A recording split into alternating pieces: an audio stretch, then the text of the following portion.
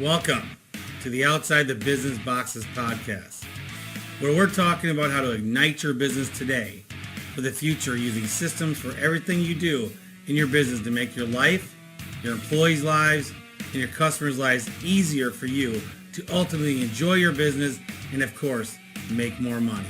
I'm your host, Chad Murray. Welcome to Outside the Business Box podcast. I am Chad Murray, your host.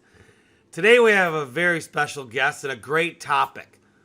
Training your competitors and why do you care? So here's the thing. Why do you care about training your competitors? Because all you need to do is care about you. And we're going to discuss this today. Our special guest is someone that is very dear to me. I've known him my whole life. This guy can be the sweetest guy. He can be a complete asshole at times. He's emotional. He's friendly. He's humble. He built a great business in Denton, Texas about 26 years ago. It's been up and downs. The guy's just, the guy's a rock star in his own mind and hopefully trying to get it out there for everybody else's. And the one thing about this guy, he just never stops. The guy never stops. I mean, I literally sit up at night every night wondering, why can this guy not stop? He just keeps going. And hopefully with this guy coming out into the industry, of the chimney world and helping other entrepreneurs, that this guy could show value to everybody. I think he's doing a pretty good job. And I do think that some other people have noticed. And, I'm going to do everything I can to support this guy. This Chad Murray with Master Services. He's just, he's one of those people that will help you when you need it. If you're down, you can give him a call. And I love him. I think he's just a great inspiration, to everyone once you get to know him. So without further ado, let's talk with Chad.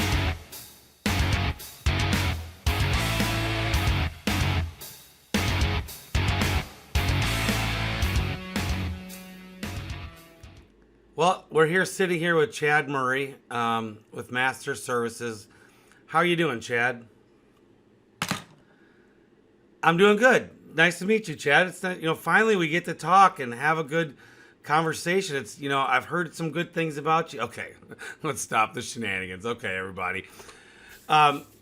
So my topic today is all about everybody's always concerned about training their competitors. What are you doing? When you're offering and spending all this money on these employees. And some of them just go out and they go and start their own business. You've trained your competition.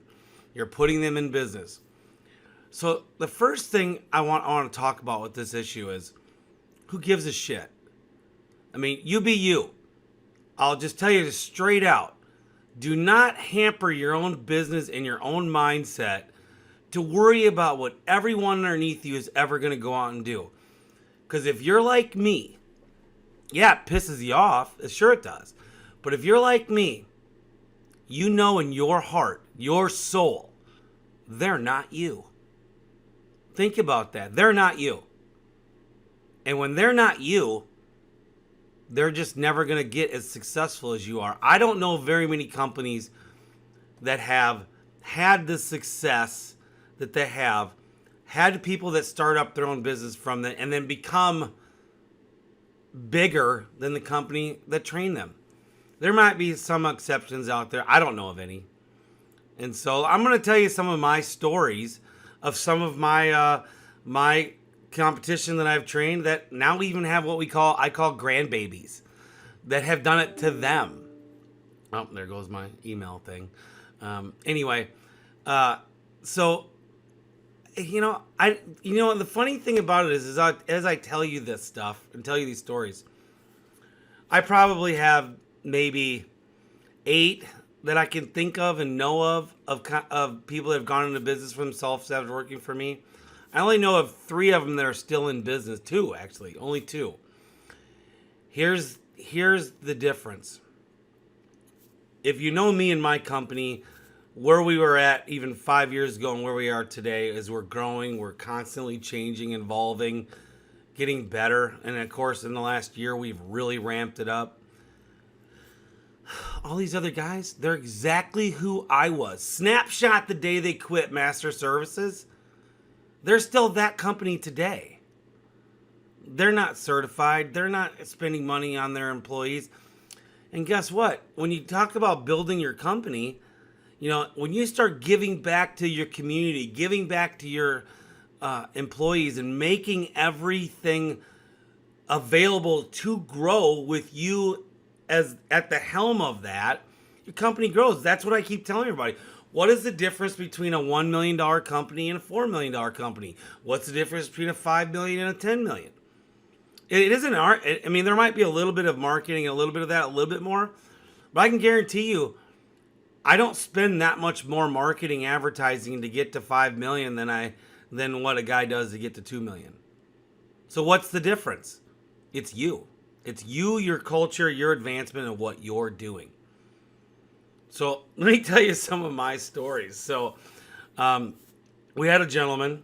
They are still in business today. That started his own business. But let me tell you the story. Of course, I won't name names or anything, and probably never hear my podcast because they're not involved. And if they ever get involved, good. I'll welcome you in. I talk to these people, or maybe I'm friendly with the first company I'm friendly with now. But here we go. So I hire this guy on. I mean, this is 15 years ago. I hire him on to actually run my a nighttime cold calling, people on the phone. We were just randomly dialing, got a call list, and we were just trying to find people appointments. And this guy was a rock star on the phone. I mean, we had like 4 people first night show up for the job, trained him how to do the phones. The next night they were on the phones, and this guy made like 5 appointments. Everybody else, I think out of the other 3 people, I think they made 2 appointments. This guy, and he was constantly doing it. Well, as you know, calling on the phone, that's a hard life. So we didn't do that very often. So we put the guy in the call center. And so the guy was great on the phone. And so he's doing the call center for, I don't know, maybe a year. We got to know him really good. And he personally, we got a little involved with our employees than we probably shouldn't have, over for cookouts and, would watch our house and we'd go out, and stuff. We do favors for him too. And, we really bring a family atmosphere, we're not quite that much like that anymore, but I'm not afraid to have, a couple guys over for a beer if we're, having it, for a company thing. And so, like I'm taking everybody out. We're doing rope training. I'm taking everybody out to dinner every night for the rope after the rope training and stuff.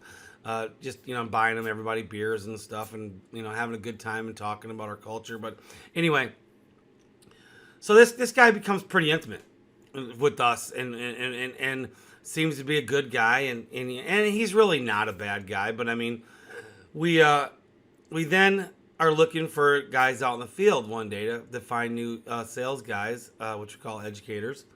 And he goes, "Hey, I want to go out in the field. I want to climb roofs." And he didn't look like a roof climber. I mean, the guy was really GQ, dressed really nice. And he goes, "But I can do it. I want the opportunity to make more money and blah, blah, blah." Well, first lesson is don't train every aspect of your business to one person, because now you just set them up. Bad choice I did back then, but, I'm a good person. I wanted to advance my company with him. He was, on the right path to helping us out. And so we're like, yeah, absolutely. Let's do it. Fast forward, as you can imagine what happened about a year later.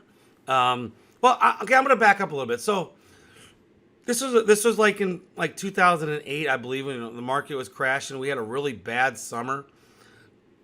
But before we had the bad summer, this is bad choices of me. This is a story that involves a little bit. I learned my lesson on this. There's a couple lessons here that I learned. So we had already bought a Disney World trip in August, right before school started. We had done that. We had saved up for like 2 years and bought this dream vacation to go there in August. Well, we were losing money. We were getting our ass kicked by sales at the time. And we had such a bad summer. I'd asked a couple guys if they wanted to take a non-paid leave for maybe 2 weeks or something, and a couple guys, and this gentleman was one of them. They absolutely no problem. They had no problem taking the time off. They come a little bit, and so I kind of learned my lesson that you need to build a company where you don't have to do that, and that was the last. It was really the first and only time I ever did it. Fast forward to later, I have a conversation with this gentleman after we had made up. I'm fast forwarding after I tell you the rest of the story. We had made up, and he said, I said, well, what could I have done better? And he said that was a pretty dick move to have us take time off, and then you go off to Disney World. Of course, it was the timing. It did, from an employee standpoint, it did kind of look like a bad thing to do. But that's life. I made mistakes. I'm not a perfect business owner, and I learned that'll never happen again, and I'll always have my money to where that'll never happen. So let's go back to train the guy. Guy's good out in the field. One day he gives us his 2 weeks notice and says that he's gotten a job to go work for a big box retailer selling like insulation. And we're like, okay, that seems really weird. Just didn't do it. So what do? We throw a big party, a going away party. He's all into it. We really, whatever. We did everything we could do. He goes away, and I'm still contacting him, talking to him. And I don't know, about a week after he's been gone, and I've been talking to him every day, even while he was gone, my wife sees his Facebook page and his website that he started up a chimney company. And not only did he start a chimney company, he started it exactly like mine. Building his own chimney caps, went down to Houston, stole one of my guys in Houston to start up that business. It's like, really? He totally planned. Tries to tell me that oh no, I came up with this after I didn't like the insulation business, and you guys know that's bullshit. Total crock. The guy planned it out. You can't build a website and have your Facebook all in like 2 days. Total, snaked me completely. I bought into the snake oil. I trained this guy how to be my competitor. And it is what it is. So fast forward, a couple years later, I hadn't talked to them. Guys on my hit list, I'm just I'm doing anything I can. So I'll just tell you something funny that I did do. He named his business something. So what I did, and this is, okay, it's kind of a dick move on my part, but this is what I did back then. I'm just giving you my story. So I made a business almost exactly like him online. And stuck it out there to have a second business that I had someone else I know own it, so I didn't own it. I spent money on this. This is how upset I was at the time, and I literally had I bought a location in Dallas and Houston. We're spending money here. I'm starting a sister business just to be almost exactly like him, to compete with him. And you can still find that business out there. We don't advertise it anymore, and we did close it down on Facebook and stuff a few years later. But I did it. Hey, I didn't do anything illegal. I did it to mess back with him, and no, nothing wrong with that.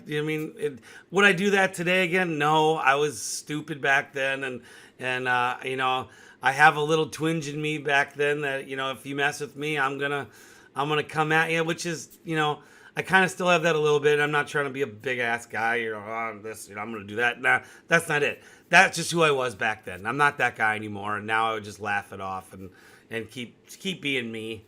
But that's who I was 15 years ago. And so maybe it's a good thing I wasn't in the industry back then, because you wouldn't like me now, who I am now versus I was then back then. But I kept my own stuff, and this guy then duplicates me exactly. So fast forward, I dropped my wife off at Target one day, and she just needed to run in real quick to grab a couple things. It was gonna be like a 10-minute run in and run out. So I stayed in the car, and like you always do, you grab your phone and you're just seeing if new competitors, just seeing where everybody's rankings are, on your phone. And I see this new company, looks exactly like me. The caps, the lingo, the logo was close, and I was just like, who is this? So I decide to call up the gentleman that had copy me. And then we were talking, by the way, now. Not much. We'd kind of, made our peace with the situation. And this is probably like 8 or 9 years later. So, I mean, but we had made our peace, but not a whole bunch of conversations. So, but anyway, so I call him up and I go, who's blank blank? And this is the honest to God truth. He tells me this story first. He goes, Chad, I got to tell you something. I'm like, okay, what?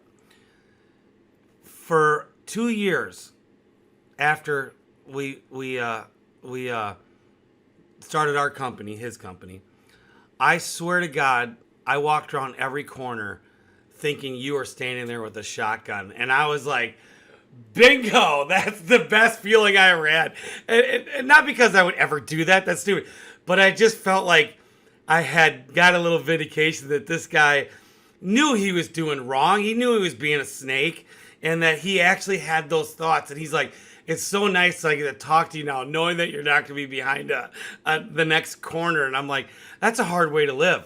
So, of course, I would never do that. But, hey, just the idea that I knew that he felt like that, I was like, okay, fine. And I laughed and kind of smirked. So, but it was funny. But so I said, who's this new guy? Who's this new company? It looks just like me. And he goes, yeah, I know. This guy, I train him. This is now my first guy that went off and did his own, saying this when I'm saying. Can you believe this guy? He went out. I trained this guy. I mean, can you believe the nerve of this guy? He goes out and starts his own company after I trained him. And he goes on and on for about 3 or 4 minutes. And I am sitting there like stunned. And he's not like sharking me or punking me. He's literally talking from the heart going, I cannot believe this guy did this to me. And I sat in utter amazement, disbelief that he's actually telling me this. And so he gets done and I go, yeah, can you believe people? I said, I got to go. My wife's coming. I got to go. And I hung up. I get in there and my wife doesn't share the same didn't share the same forgiveness. And so she was like, when I told her the shotgun story, she's like, I wish you'd never talked to him again. So he lived his whole life thinking that. But yeah. But here's the thing. If I look at this guy's business every day, all the time, by the way, my grandbaby business, that he's out of business already. At least he's not in the Dallas, Fort Worth area. I don't see him around. But when I look at the same competitor that I told you about, he's exactly who I was back in 2008. Done nothing.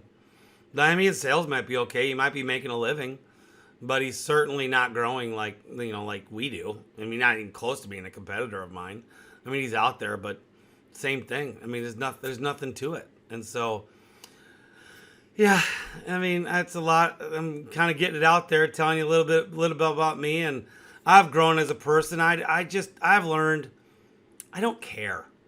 I mean, if you want to go do it, I'm not going to endorse you or help you, but I'm going to be me. I'm going to work on me. I'm going to stick my head straight in my tunnel and let my vision be what I'm going to do. And that's what I do. And that's how we've done really well with Masters and kept going on and going from there. So let me tell you another story. So, we had a whole sales team of 4 guys in Dallas. This was about right after I retired. So we're talking probably 2016. They were okay. I mean, their SPOs were probably around 600-700, which isn't great, but we were making a living at the time and making money. And one guy I think was up to like a 1,200 SPO, sales per opportunity. So, it was okay. We're doing all right. And these guys, I was training these guys, and we ended up. I ended up finding out because what was happening is the GPSs weren't working on the trucks at night, just at night. During the day, it worked fine. And I'm just like, okay, well, what's going on here? And so I then start noticing during the day they start coming off and on. So we're like, and we're not talking only the sales guys. We're not talking about the techs. We're talking about only the educators going out and doing inspections and estimates. Like all of a sudden, a 2-hour period in the middle of the day, the truck's off. and the GPS isn't working. It's happening with all 4 trucks. It's like, okay, one truck, okay. Because like we would make a call and like, hey, what's wrong with your GPS? Make sure GPS. And we actually did go through the process of trusting everybody and getting them all new GPSs. Well, greed is greed. They kept doing it. And what were they doing? Well, in between their appointments, they all formed their own company with my social media girl. And I find out, I don't even know how, the GPS was the first clue. I mean, they're all just turning off. And so we're looking on the websites trying to find anything new, any new chimney company or out on the Google searches. And we find this company that looks similar to mine. And I have a friend call up, and sure enough, it's one of my sales guys. Acting like being this new company, not acting, he was this new company. So what did I do? Okay, all right, I'm on to you. And they made a mistake. They ended up saying that a person from their phone center would call them. Well, so I had my guy, leave the number, and of course who calls is my social media girl to make the appointment. I'm like, okay, now I've got 5 people involved, and it's all pretty much like a big part of the biggest part of my company at the time, all 4 salesmen and my social media girl. I mean, you want to talk about holy shit? This is what's happening to me now. This is what 5 years ago only, 5 or 6 years ago. And so, what do? So I go in after hours one night and call my lawyer. What can I do? Well, how can I handle this? And no, I'm sorry. So I go in work first. I go into work, and my social media girl's computer is on, and I touch it. I just touch the mouse. Comes right up to her email. Work email that she had added, what a dummy, added their new company's email to her work computer. And as I touched it, it's their email that I'm looking at right there. And she's talking back and forth, emailing between these guys their new logo from work computer. I'm like, call my lawyer up right there and then. I'm like, this is what I got. I'm at work on my computer. I touched her computer. No password was necessary. I wouldn't even known their password at the time. It came right up, and we get into the electronic stuff. She's okay. Well, I mean, all you can really do. I'm not giving legal advice. She's just advice. Her advice was just see what you can do. If it's anything personal on hers, I would kind of stop at what you're doing. And so I just was kind of like, okay, I'm not going to go any further. I'm going to leave it as it is. I already see what they're doing. I stopped at what I was doing, so I didn't want to do anything. So what do I do now? I come up with a plan that I'm going to follow. I'm going to set up an appointment with these guys, with someone I know, have them come out. We're going to film it. And so one of my best friends, we get his sister-in-law involved, and it was great. We bought our camera to wear. We're all undercover, type of stuff. Guy shows up in the middle of the day with my van, which it was a new van, hadn't been lettered up yet. 98 degrees out. 98 degrees. Puts on a black big jacket because he's covering up my uniform. Doesn't even have to put a light jacket. Puts on this hot jacket. Comes, she meets him outside and we see him the jacket on. Does a full estimate, all this kind of stuff, and so we see what's going on. So we got we see what's going on. And it is what it is. I'm not really. I'm just trying to get my proof of what I'm going to do. So I'm thinking, okay, I can't fire these guys even though they're starting their own company because I don't want them to get to workman's comp. So what do? I want to get rid of these guys, but I don't want to give them workman's comp while they go start up their own business. So cut. I'm cutting they're right here. Not workman's comp and editing. I know I'm saying comp. Unemployment, you dummy. Chad, it's unemployment. Oh, okay. So if I say comp in the future on this, I mean unemployment. I don't want to pay these guys unemployment for firing them. Aha. I know these guys' ego. We had actually a meeting the next day. So I call up my general manager, John, and I say, okay, tell these guys we're tracking time and they have to clock in and out on their tablets so that we see the time. We're just going to track time. And I knew that their ego would be, we're outside exempt, outside sales exempt. We don't need to clock in and clock out. And I'm like, and of course the law is you don't have to, but if the company policy is you do, I can make you clock in and out all you want. It is what it is, And so, I mean, do your own laws, whatever you want to do in your own state. But in my state, that's what I can do. And so, what I did is I knew that my company, and we were busy, by the way. We were busy. All 4 guys had a full 3 to 5, 7 appointments a day for estimates, And so, my plan is that we're going to introduce this in the morning meeting.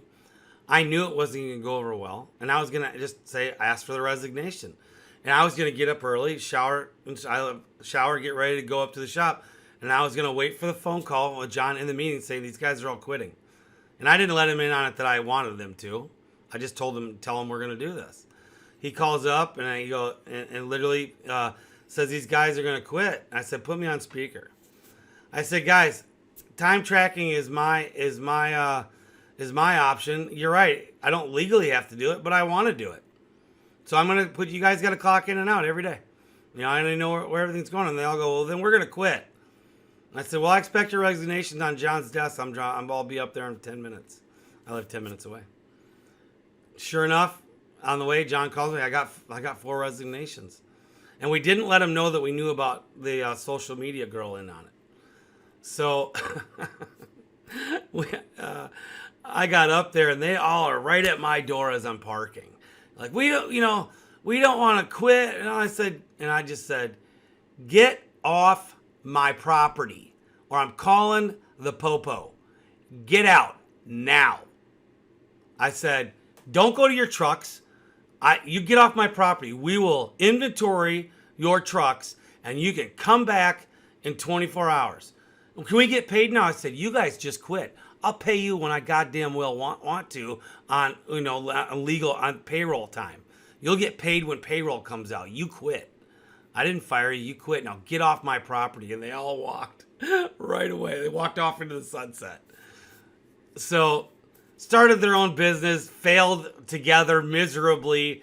I don't even want to. Oh, by the way, social media girl stayed around all day trying to get all the information. Walked in the next day, John's desk, her resignation that she quit. Whatever, go away. They started up their own company. 3 months later, they're done. 2 of them start up their own company. 1 goes out of business, and the other one's still in business now to this day, doing exactly what I used to do in 2016. No more advancing. I have no idea much. I mean, I don't even. He may not even be in business. I have no idea. Don't even care. And so, I'm just telling you what's going on. That's how I've handled some stuff. So the main thing is, I tell you these stories. Be you. Train everyone. And if they go off into the sunset, adios, amigos. It just does not matter. It does not matter.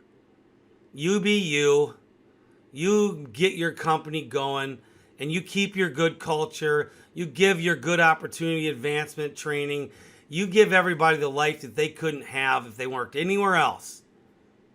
And they'll stay. And the ones that leave, adios, muchacho. Good luck. Because they're not you. You are you, and you are awesome. So, that's my stories. I have more, but I think for the timecast thing, that's enough reveal of my wicked side, I guess. And so, I don't know. I don't wish upon anyone, bad at all, but again, I don't want to train my competitors either. So I just try to make it as good as possible now. If they go off in the sunset, I'm not going to worry about what you're doing. And that's just the model that I'm going to do. So everybody who's like, I can't find good employees, and when I do this, and hey, welcome to life, brother. Stop your bitching, be better for you, and just make your business the best it can be. And that's how I'm going to end the podcast. So, Chad, that was good. Thanks. Well, thanks for coming on, Chad. That was very insightful, and I didn't know you're kind of an asshole at times, but okay. And so, but at least I love you. I love you too, man. Keep being real. I always will. Guys, thanks for that comical routine and have a good day. Be you. That's my last thing I can say to you. Because you are your company and it will keep going as long as you keep letting it do it. So have a great day, guys.